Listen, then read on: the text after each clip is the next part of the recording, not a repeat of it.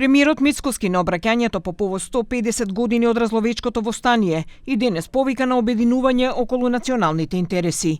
Тој при тоа рече дека не смее да се дозволи некој да тргува со честа, идентитетот и историјата на државата. Оваа држава не смее да биде држава на понижувања, отстапки и распродажби. Мора да се обединиме околу државните и националните интереси. Затоа што ниту една политичка разлика не смее да биде поголема од татковината. Ниту една лична амбиција не може да биде поважна од иднината на нашите деца. Уште неколку дена до исполнување на реформската агенда, владата предводена од Христијан Мицковски не прави ништо за да ја придвижи земјава кон европските интеграции. Ова го истакна председателот на СДСМ Венко Филипче, кој рече дека власта сега бара алиби во тоа што партијата ја напушти работната група за изборниот законник. Повиците на Мицковски за обединување ги нарече лажни и лицемерни и дека власта намерно не сака да ја внесе државата во ЕУ.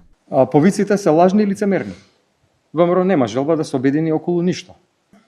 Тоа што Христијан Мицковски сака да ја префрли на нас одговорноста, дека као сега него му е многу важен изборниот закон за реформите, нема на дечкото ништо важно. Него интересира. Нему е гајле. Он бара сега изговор затоа што ништо нема да испорача. Реформите се викаат уставни измени и да ги почнеме преговорите. Отиде напред и Црна Гора и Албанија. Ние останавме последни.